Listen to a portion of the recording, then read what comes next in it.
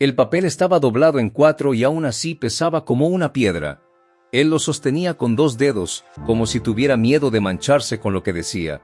No era una carta de amor, no era un contrato, era peor. Era una cifra, la cifra que no debía existir. Miró alrededor. La sala de espera del banco olía a aire acondicionado viejo y a perfume barato. Un televisor sin sonido repetía noticias que nadie veía. Una mujer a su lado jugaba con las llaves, nerviosa. Un hombre mayor miraba el piso como si el piso pudiera responderle. Él tragó saliva. No levantó la vista. Solo pensó, si esto es cierto, ¿qué voy a hacer ahora? El asesor le habló desde el otro lado del escritorio. Movía los labios, señalaba la pantalla, explicaba algo con una calma que parecía cruel. Él asentía sin entender o sin querer entender, porque hay momentos en los que el cerebro se protege. Y entonces escuchó la frase que no se olvida. Con lo que tiene, no alcanza. No dijo que no alcanzaba para lujos. No dijo que no alcanzaba para viajar.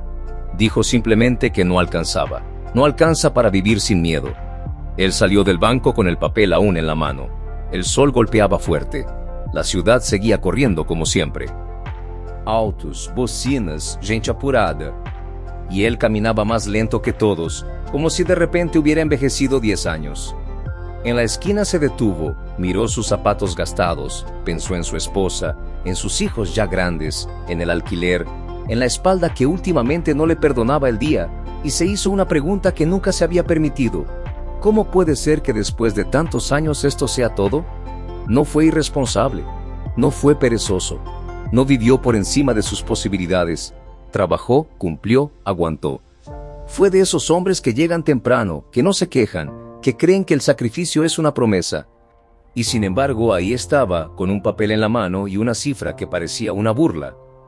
Esa noche no cenó, no por falta de comida, sino por falta de ganas. Se sentó en la cama con la luz apagada y escuchó su propia respiración. Su esposa le preguntó si estaba bien, y él dijo que sí, porque a cierta edad uno aprende a decir que sí, aunque se esté rompiendo por dentro. Ella se durmió. Él no. Miró el techo, ese techo que había visto miles de veces, y sintió algo que no era tristeza.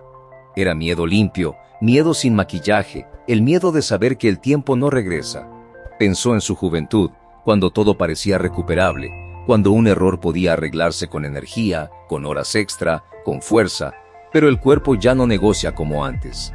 En ese silencio apareció un recuerdo pequeño, casi ridículo, una conversación de años atrás durante un descanso en el trabajo. Un compañero joven le dijo, «Yo me pago a mí primero». Él se rió, le pareció un capricho. Preguntó por las cuentas, por el alquiler, por la vida que no espera. El joven respondió tranquilo, por eso mismo, porque la vida no espera. Él no entendió o no quiso entender. Esa frase volvió ahora como un golpe suave y constante, «Me pago a mí primero». Se levantó, fue a la cocina, abrió un cajón lleno de papeles viejos, recibos, garantías, cuentas pagadas, la evidencia de toda una vida responsable. Los extendió sobre la mesa como si ordenarlos pudiera cambiar el pasado. No buscaba dinero, buscaba sentido. Entonces se preguntó, ¿en qué momento dejé de ser prioridad? Pensó en todo lo que pagó y en todo lo que dejó para después. Después ahorro, después invierto, después me organizo. El después nunca llegó. Solo llegó la edad, el cansancio y la sensación de correr sin avanzar.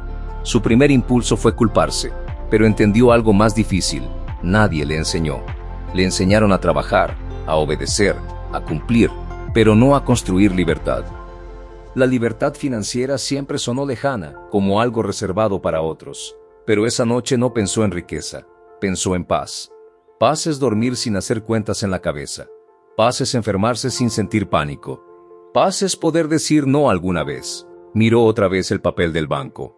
La cifra seguía ahí, fría, inmóvil. Y por primera vez no sintió vergüenza sino claridad. Esto no se arregla con algo grande, se arregla con dirección. Tomó una libreta y escribió una regla sencilla que no lo asustara. 1%. No sabía si era exactamente 1%. Lo importante era el hábito.